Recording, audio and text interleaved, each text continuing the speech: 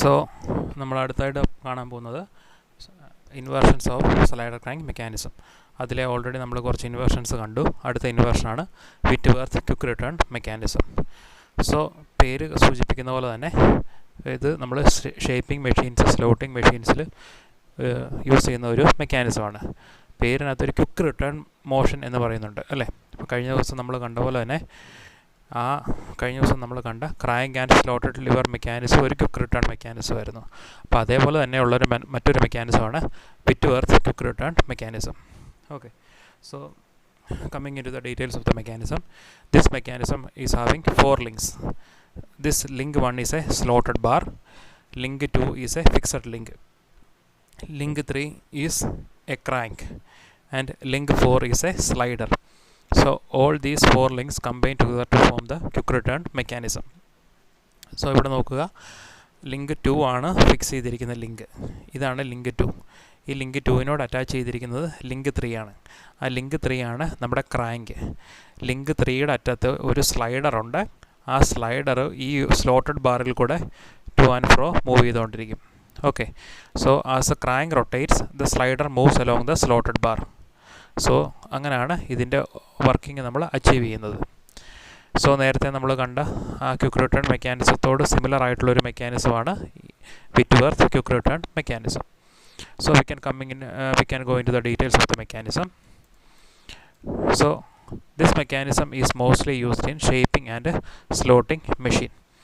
Mostly this mechanism is used in shaping and slotting machines.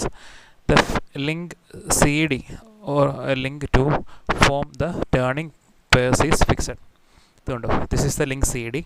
അപ്പം ഇതാണ് link C D, അല്ലെങ്കിൽ നമ്മൾ link C D എന്ന് പറയും, അല്ലെങ്കിൽ ലിങ്ക് 2 എന്ന് നമ്മൾ പറയും. അപ്പോൾ ഇതിൽ ടേണിംഗ് പെയർസ് ഉണ്ട്. ഈ രണ്ട് ടേണിംഗ് പെയർ ആണ്. This is another turning pair. So this link is basically a fixed link. ഈ ലിങ്ക് ഫിക്സ് ചെയ്ത് വെച്ചിരിക്കുക. Then link 2 corresponds to the crank in a reciprocating steam engine. So this is the link 2.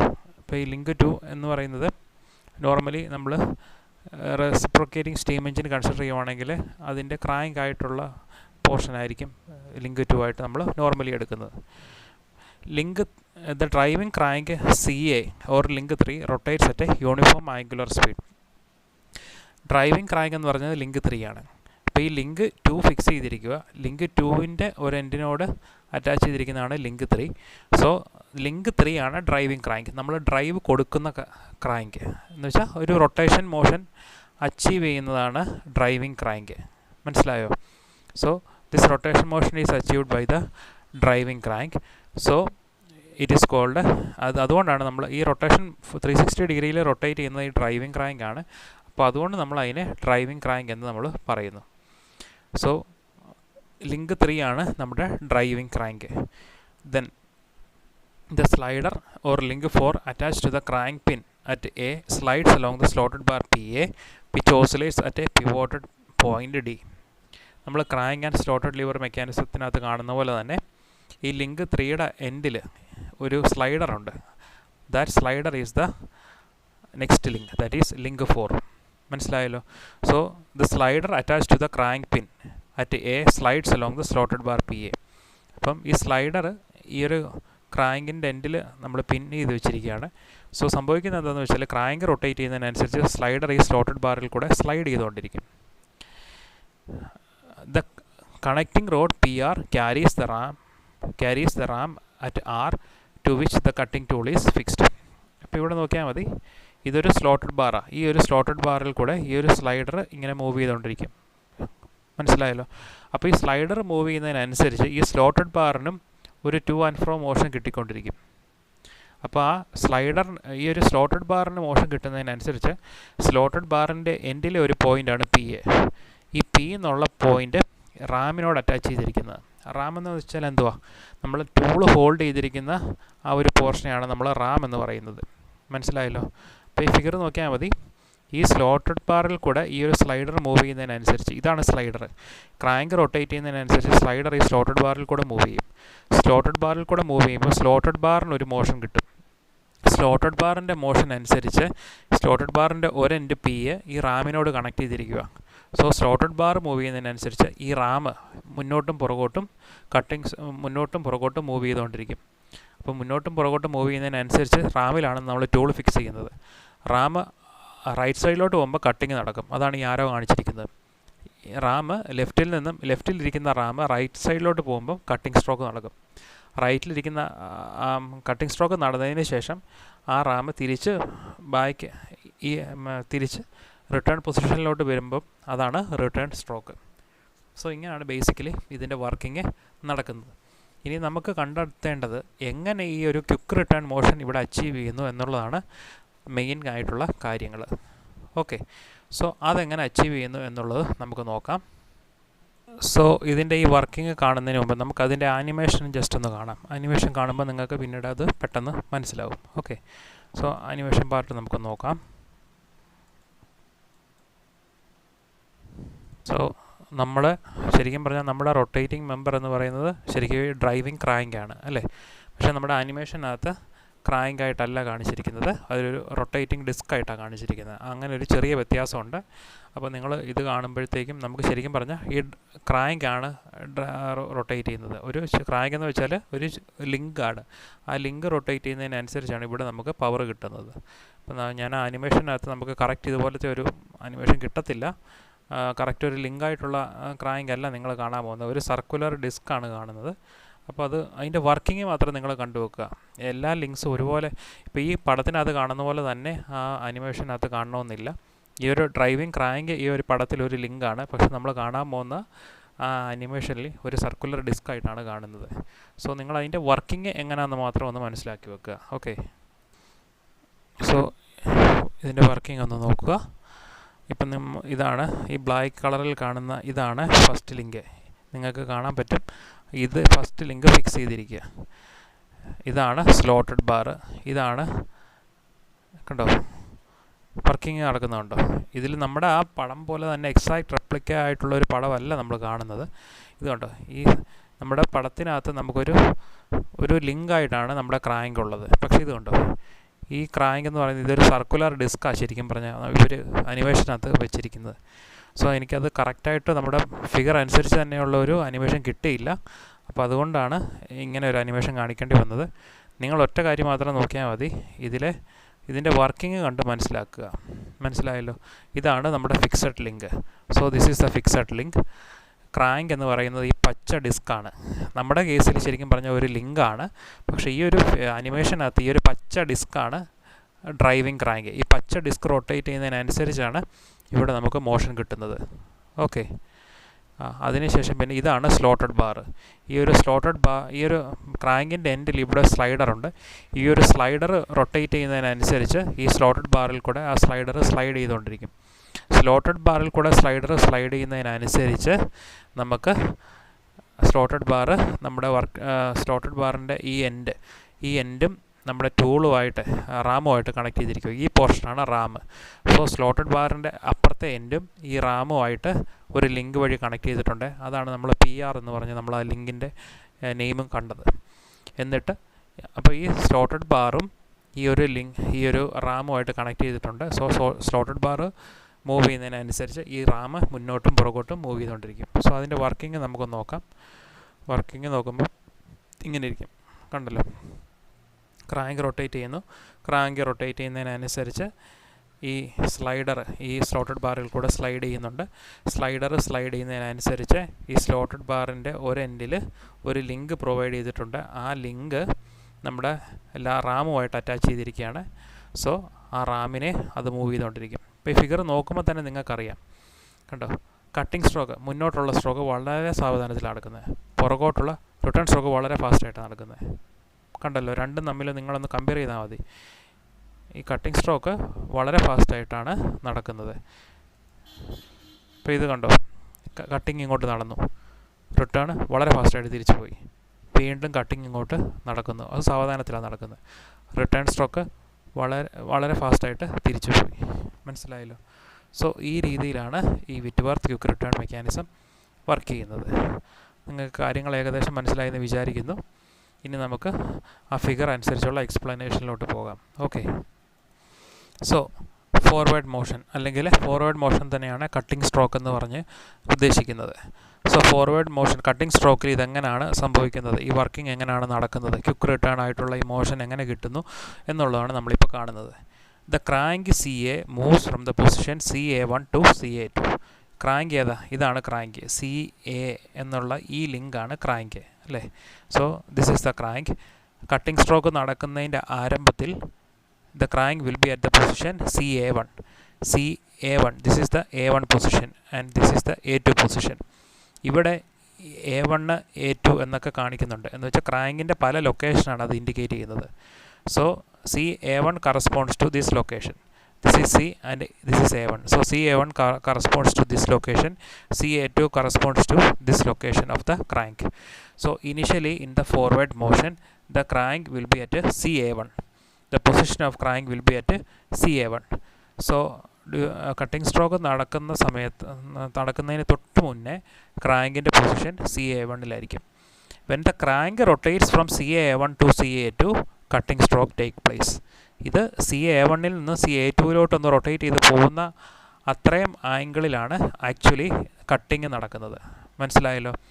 So crank CA1-ൽ ഈ link, നമ്മുടെ link DP എന്നൊരു ലിങ്കുണ്ട്, DP അല്ലേ. ഈ link DP എവിടെ ആയിരിക്കും? ഈ DP എന്നുള്ള നിങ്ങളിപ്പോൾ കാണുന്നുണ്ട്, DP എന്നുള്ളതാണ് നമ്മുടെ ലിങ്ക്. ക്രാങ്ക് CA1-ൽ DP എന്നുള്ള ലിങ്ക് DP1-ലായിരിക്കും. മനസ്സിലായല്ലോ. This link when the crank is at CA1, crank CA1-ൽ എന്ന് വെച്ചാൽ ക്രാങ്ക് ഈ കാണുന്ന ഈ ഒരു ഇതുണ്ടല്ലോ CA എന്നുള്ള ഈ പൊസിഷൻ, ഈ ക്രാങ്കിൻ്റെ പൊസിഷൻ CA1-ൽ the link DP will be at DP1. So ഏതാ? എക്സ്ട്രീം ലെഫ്റ്റ് പൊസിഷനിൽ നിൽക്കുക. കട്ടിംഗ് സ്ട്രോക്ക് നടക്കാൻ പോകുന്നേ ഉള്ളൂ. സോ DP എന്നുള്ള ഈ ലിങ്ക് DP1-ലായിരിക്കും. സോ DP1-ലായിരിക്കുമ്പോൾ ഈ റാമിൻ്റെ പൊസിഷൻ എവിടെ ആയിരിക്കും? റാം എവിടെ ആയിരിക്കും ഇരിക്കുന്നത്? റാമിൻ്റെ പൊസിഷനാണ് R1 R2. Extreme left position R1, extreme right position R2. മനസ്സിലായല്ലോ. സോ ക്രാങ്ക് CA1 നിൽക്കുമ്പോൾ DP എന്നുള്ള ഈ ലിങ്ക് DP1-ലായിരിക്കും. സോ DP എന്നുള്ള ഈ ലിങ്ക് DP1-ലായിരിക്കുമ്പോൾ റാമിൻ്റെ പൊസിഷൻ R1-ലായിരിക്കും. മനസ്സിലായല്ലോ. അപ്പം അങ്ങനെയാണ്, അതാണ് initial position. When the crank rotates from CA1 to CA2 എന്ത് സംഭവിക്കും? ക്രാങ്ക് CA1-ൽ നിന്നും ഇങ്ങനെ ഒന്ന് ഫുള്ളി റൊട്ടേറ്റ് ചെയ്ത് CA2-ലെത്തുമ്പം എന്ത് സംഭവിക്കും?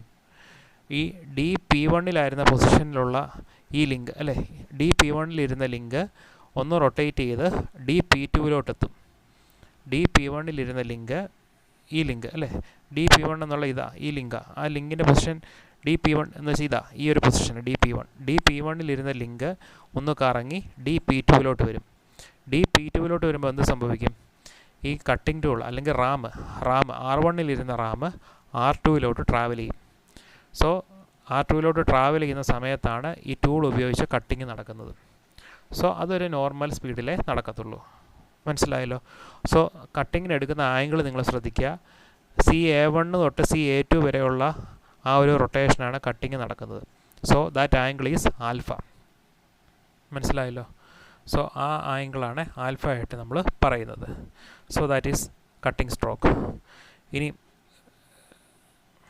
ശ്രദ്ധിക്കേണ്ട മറ്റൊരു കാര്യമുണ്ട്. ഈ കട്ടിംഗ് സ്ട്രോക്ക് നടക്കുന്ന കാര്യം ഇപ്പോൾ പറഞ്ഞു അല്ലേ. കട്ടിംഗ് സ്ട്രോക്ക് നടക്കുമ്പം ആ കട്ടിംഗ് സ്ട്രോക്കിൻ്റെ length, the tool moves from the left hand end to the left hand end of its stroke to the right hand end through a distance of 2 pd. അപ്പോൾ ടൂളിൻ്റെ distance, cutting stroke നടക്കുമ്പോൾ tool ലെഫ്റ്റിൽ നിന്ന് റൈറ്റിലോട്ട് പോകുന്നു. ആ സമയത്ത് tool travel ചെയ്യുന്ന ഡിസ്റ്റൻസാണ് 2 pd. എന്താ ഈ PD എന്ന് വെച്ചാൽ ഈ ഡിസ്റ്റൻസാണ്, P തൊട്ട് D വരെയുള്ള ഡിസ്റ്റൻസ് എന്ന് വെച്ചാൽ 2 times ഈ ഡിസ്റ്റൻസ് ആയിരിക്കും ടൂള് ട്രാവൽ ചെയ്യുന്നത്. മനസ്സിലായല്ലോ. അപ്പോൾ that is how the Whitworth quick return mechanism works in the forward motion or cutting stroke. Cutting stroke നടക്കുമ്പം ഇത്രയും കാര്യങ്ങൾ ഓർക്കുക. ക്രാങ്ക് CA1-ലായിരിക്കും. CA1-ലിരിക്കുന്ന ക്രാങ്ക് ഒന്ന് റൊട്ടേറ്റ് ചെയ്ത് CA2-ലെത്തും. അപ്പം ആ സമയത്ത് DP1-ലിരിക്കുന്ന ഈ ഒരു ലിങ്ക് DP1-ലിരിക്കുന്ന ലിങ്ക് DP2-ലോട്ട് റൊട്ടേറ്റ് ചെയ്യും. ഡി പി ടുവിലോട്ട് റൊട്ടേറ്റ് ചെയ്യുമ്പോൾ എന്ത് സംഭവിക്കും? R1-ലിരുന്ന റാം R2-വിലോട്ട് മൂവ് ചെയ്യും. സോ R1-ൽ നിന്ന് R2-വിലോട്ട് മൂവ് ചെയ്യുമ്പോൾ അവിടെ കട്ടിങ് നടക്കും. So that is called cutting stroke. മനസ്സിലായല്ലോ? സോ ലെഫ്റ്റിൽ നിന്ന് റൈറ്റിലോട്ട് ഈ ടൂൾ മൂവ് ചെയ്യുമ്പോഴാണ് കട്ടിങ് നടക്കുന്നത്. ഇനി ഇതിൻ്റെ റിട്ടേൺ സ്ട്രോക്കിനെ കുറിച്ച് പറയാം. When the crank moves from CA2 to CA1. ഏതാ CA2? കട്ടിങ് സ്ട്രോക്കിൻ്റെ എൻഡിൽ ക്രാങ്കിൻ്റെ പൊസിഷൻ CA2 ആണെന്ന് ഞാൻ പറഞ്ഞായിരുന്നു അല്ലേ? ഇനി റിട്ടേൺ സ്ട്രോക്കിൽ എന്താ സംഭവിക്കുന്നത്? CA2-ലിരിക്കുന്ന ലിങ്ക് തിരിച്ചൊന്ന് കറങ്ങി CA1-ലോട്ട് വരും. അതാണ് റിട്ടേൺ സ്ട്രോക്ക്. ആ ഒരു സമയത്താണ് റിട്ടേൺ സ്ട്രോക്ക് നടക്കുന്നത്. സോ ക്രാങ്ക് CA2-വിൽ നിന്നും CA1-ലോട്ടുള്ള ആ ഒരു CA2-ലിരിക്കുന്ന ക്രാങ്ക് CA1 പൊസിഷനിലോട്ട് വരുമ്പോഴാണ് റിട്ടേൺ സ്ട്രോക്ക് കംപ്ലീറ്റ് ആകുന്നത്. മനസ്സിലായല്ലോ? സോ CA2-ലിരിക്കുന്ന ക്രാങ്ക് CA1-ലോട്ട് വരുമ്പോൾ എന്ത് സംഭവിക്കും? ഈ DP2-ൽ ഇരിക്കുന്ന ലിങ്ക് അല്ലേ, കട്ടിങ് സ്ട്രോക്കിൻ്റെ എൻഡിൽ കട്ടിങ് സ്ട്രോക്ക് കഴിയുമ്പോഴത്തേക്കും നമ്മളത് ഓൾറെഡി കണ്ടായിരുന്നു. ഈ DP എന്നുള്ള ലിങ്ക് DP2 പൊസിഷനിലായിരിക്കും ഇരിക്കുന്നത് അല്ലേ? സോ DP2-ലിരിക്കുന്ന ലിങ്ക് റിട്ടേൺ സ്ട്രോക്കിൽ എന്ത് സംഭവിക്കും? DP2-ൽ പൊസിഷനിൽ ഇരിക്കുന്ന ലിങ്ക് DP1 പൊസിഷനിലോട്ട് തിരിച്ചു വരുവാണ് റിട്ടേൺ സ്ട്രോക്കിൽ സംഭവിക്കുന്നത്. അതെപ്പോഴാണ് സംഭവിക്കുന്നത്? ക്രാങ്ക് എപ്പോഴാണ് സംഭവിക്കുന്നത്? CA2-ലിരിക്കുന്ന ക്രാങ്ക് CA1-ലോട്ട് വരുമ്പോൾ DP2-ലിരിക്കുന്ന ഈ ഒരു ലിങ്ക് DP1-ലോട്ട് തിരിച്ചെത്തും. മനസ്സിലായല്ലോ? ആ സമയത്ത് നമ്മുടെ റാം അല്ലേ, ആ സമയത്ത് റാം R2-വിൽ നിന്നും R1-ലോട്ട് തിരിച്ചു വരും. അങ്ങനെയാണ് റിട്ടേൺ സ്ട്രോക്ക് നടക്കുന്നത്. So crank and slotted lever mechanism മനസ്സിലായവർക്ക് ഇത് പെട്ടെന്ന് മനസ്സിലാവും. അപ്പം റിട്ടേൺ സ്ട്രോക്കിൻ്റെ കാര്യം ഒന്നുകൂടെ ഒന്ന് ജസ്റ്റ് സമപ്പ് ചെയ്യാം. റിട്ടേൺ സ്ട്രോക്കിൻ്റെ ആരംഭത്തിൽ ക്രാങ്ക് CA2-വിലാണ് നിൽക്കുന്നത് അല്ലേ? ക്രാങ്ക് CA2-വിൽ നിൽക്കുന്ന സമയത്ത് ഈ DP എന്നുള്ള ലിങ്കിൻ്റെ പൊസിഷൻ ഏതാ? DP2-വിൽ നിൽക്കുക അല്ലേ? ഓക്കെ, അത്രയും മനസ്സിലായല്ലോ. അപ്പോൾ ആ DP2-വിൽ ആ ലിങ്ക് നിൽക്കുവാണെങ്കിൽ റാമിൻ്റെ പൊസിഷൻ എവിടെ ആയിരിക്കും? റാം R2-വിൽ നിൽക്കുമായിരിക്കും. ശരിയല്ലേ? ഇനി അടുത്ത പറയുന്നത് ശ്രദ്ധിക്കുക. ഇനി CA2-വിൽ നിൽക്കുന്ന ക്രാങ്ക് CA1-ൽ വരുമ്പോഴാണ് റിട്ടേൺ സ്ട്രോക്ക് നടക്കുന്നത്. CA2-വിൽ നിൽക്കുന്ന റാങ്ക് CA1-ലോട്ട് മൂവ് ചെയ്യുമ്പോൾ ബാക്കിയുള്ള ലിങ്ക്സിൻ്റെ മോഷൻ എങ്ങനെ നടക്കും? ഈ DP2-വിൽ നിൽക്കുന്ന അല്ലേ, DP2-വിൽ നിൽക്കുന്ന ഈ DP എന്നുള്ള ലിങ്ക് DP1-ലോട്ട് വരും. മനസ്സിലായല്ലോ? ഈ ലിങ്ക് DP1-ലോട്ട് വരുമ്പോൾ DP1 എന്നുള്ള പൊസിഷനിലോട്ട് വരുമ്പോൾ ഈ റാമിന് എന്ത് സംഭവിക്കും? റാം R2-വിലിരുന്ന റാം ബാക്ക് തിരിച്ച് R1-ലോട്ട് തിരിച്ച് മൂവ് ചെയ്യും. മനസ്സിലായല്ലോ? അപ്പം അങ്ങനെയാണ് ഇവിടെ റിട്ടേൺ സ്ട്രോക്ക് സംഭവിക്കുന്നത്. പിന്നെ നമുക്ക് അറിയേണ്ട കാര്യങ്ങൾ, എന്തുകൊണ്ടാണ് റിട്ടേൺ സ്ട്രോക്ക് വളരെ ഫാസ്റ്റായിട്ട് നടക്കുന്നത്? അതാണ് നമുക്ക് മെയിനായിട്ട് അറിയേണ്ട സംഗതി. സോ അതിന് ഒറ്റ ഉത്തരം മാത്രമേ ഉള്ളൂ. ഇവിടെ നോക്കുക, കട്ടിങ് സ്ട്രോക്കിന് എടുക്കുന്ന ആംഗിൾ എത്രയാണെന്ന് നോക്കുക. ഈ ആൽഫ ആംഗിൾ ക്രാങ്ക് മൂവ് ചെയ്യുമ്പോഴാണ് കട്ടിങ് നടക്കുന്നത്. റിട്ടേൺ സ്ട്രോക്കിൽ ബീറ്റ ആംഗിൾ മാത്രമേ ക്രാങ്ക് മൂവ് ചെയ്യത്തുള്ളൂ. സോ ഇവിടെ തന്നെ ശ്രദ്ധിക്കുമ്പോൾ നിങ്ങൾക്ക് കാണാം, കട്ടിങ് സ്ട്രോക്കിൻ്റെ ആംഗിൾ കൂടുതലാണ്, റിട്ടേൺ സ്ട്രോക്കിൻ്റെ ആംഗിൾ കുറവാണ്. അതുകൊണ്ടാണ് ഇവിടെ ക്വിക്ക് റിട്ടേൺ ആയിട്ട് അല്ലേ, പെട്ടെന്ന് വളരെ ഫാസ്റ്റായിട്ട് നമുക്ക് ക്വിക്ക് റിട്ടേൺ ആയിട്ടുള്ള മോഷൻ നമുക്കിവിടെ കിട്ടുന്നത്. ഇതേ സെയിം ആൻസർ തന്നെയായിരുന്നു നമ്മുടെ ക്രാങ്ക് ആൻഡ് സ്ലോട്ടഡ് ലിവർ മെക്കാനിസത്തിൻ്റെ കാര്യത്തിൽ. കാര്യം അവിടെ ഇതുപോലെ തന്നെയാണ്. കാര്യം കട്ടിങ് സ്ട്രോക്കിൻ്റെ ആംഗിൾ, കട്ടിങ് സ്ട്രോക്ക് നടക്കാൻ വേണ്ടി എടുക്കുന്ന ആംഗിൾ കൂടുതലാണ്. റിട്ടേൺ സ്ട്രോക്ക് നടക്കാൻ വേണ്ടി എടുക്കുന്ന ആംഗിൾ കുറവാണ്. അപ്പോൾ അതുകൊണ്ടാണ് റിട്ടേൺ സ്ട്രോക്ക് വളരെ ഫാസ്റ്റായിട്ട് നടക്കുന്നത്. അതുകൊണ്ട് തന്നെ നിങ്ങൾ നോക്കിയാൽ മതി, ടൈം ഓഫ് കട്ടിങ് സ്ട്രോക്ക് എന്ന് വെച്ചാൽ എത്രയാണ്? കട്ടിങ് സ്ട്രോക്ക് നടക്കുന്ന ആംഗിൾ, ആ angle, so time taken for cutting stroke, ആ ആംഗിൾ എത്രയാണ്? കട്ടിങ് സ്ട്രോക്ക് നടക്കുന്ന ആംഗിൾ ഗ്രേറ്റർ ആയിട്ടുള്ള ആംഗിളാണ്, ആൽഫയാണ്. ടൈം ഓഫ് റിട്ടേൺ സ്ട്രോക്ക് നടക്കുന്ന ആംഗിൾ ബീറ്റയാണ്. So that will be alpha by 360 minus alpha is equal to, അല്ലെങ്കിൽ നമുക്ക് ഇങ്ങനെ എഴുതാം 360 മൈനസ് ബീറ്റ ബൈ ബീറ്റ. അപ്പോൾ ഇവിടെ വ്യക്തമാണ്, കട്ടിങ് സ്ട്രോക്ക് നടക്കുന്ന ആംഗിൾ ആൽഫ ആയതുകൊണ്ട് ആൽഫ എപ്പോഴും കൂടുതലായിരിക്കും. അതുകൊണ്ടാണ് കട്ടിങ് സ്ട്രോക്ക് സ്ലോ ആയിട്ട് നടക്കുന്നത്. റിട്ടേൺ സ്ട്രോക്ക് നടക്കേണ്ട ആംഗിൾ ബീറ്റയാണ്. ആ ബീറ്റ ആംഗിൾ എപ്പോഴും ചെറിയ ആംഗിളാണ്. അപ്പോൾ അതുകൊണ്ടാണ് റിട്ടേൺ സ്ട്രോക്ക് വളരെ ഫാസ്റ്റായിട്ട് നടക്കുന്നത്. So this is how A Whitworth quick return mechanism basically works. Okay.